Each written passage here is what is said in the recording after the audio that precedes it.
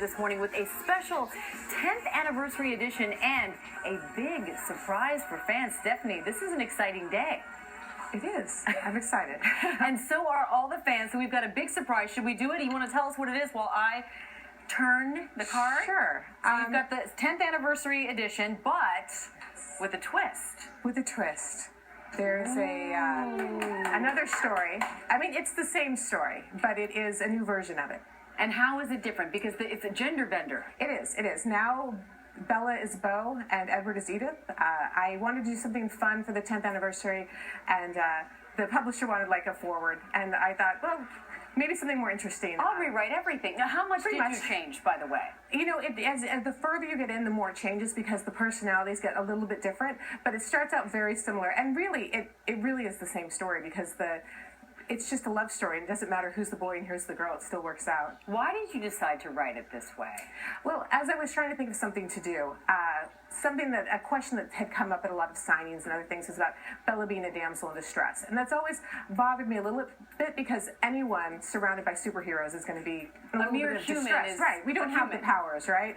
And so I thought, what if we switched around a little bit and see how a boy does? And, you know, it's about the same. And we have a bunch of your diehard fans in the studio now with advanced copies. So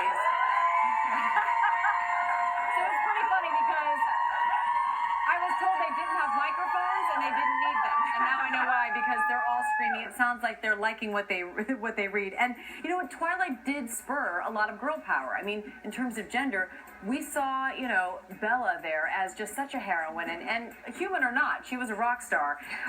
What do you think this reimagining of the story will do to the narrative and what people think of when they think of your books? You know, I wonder if it will change how people look at Bella a little bit to see her as him. But I do feel like it's really very much the same thing. So I guess my hope is that maybe the younger readers will be reintroduced, because a lot of my readers, you know, they're all 10 years older now, and so there's a whole new generation. Yeah, and you know, it's so interesting when you see what these books and what Bella, the character, sparked. A lot of people say there wouldn't have been a Katniss from the Hunger Games if not for Bella.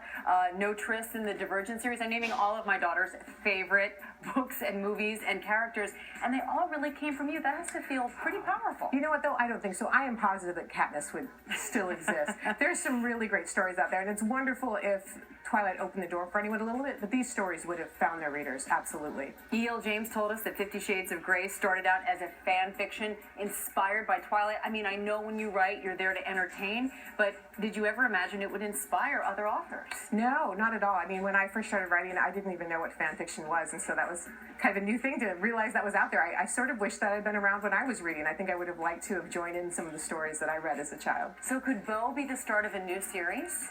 You know, I don't think so. I think that this is just one version with Beau. And now, okay, so I know you have 3 sons. I mentioned my daughters are huge fans of the series. You've said before that your sons did not read the Twilight series. Do you think they'll read this now? They've got a male heroine. They've had their chance. I made them copies. I made my own little cover for it. Good morning, Seth. And when it's your mom and you are the one who has to go to school and get teased, I think it turns off a lot of the fun for you. Or like, wow, that's your mom. How about that? And then what about a film version of this? Have you thought about who could play the roles? A little bit. I don't really see that happening. And a lot of the people I'd put in it would be like Grace Kelly. So it's a little too late for some of my first choices. Well, I'm sure they'll come up with something. Stephenie Meyer, thank you so much for joining us, and congratulations on Life and Death, the 10th anniversary edition of Twilight, including this bonus content, Life and Death, available right now. And Stephenie Meyer sticking around to answer your questions on our website after the show, so you can tweet them to us to goodmorningamerica.com on Yahoo, and then watch her live fan chat in just a bit. Lara, up to you. Thank you so much, Amy. And it was an emotional night in the ballroom.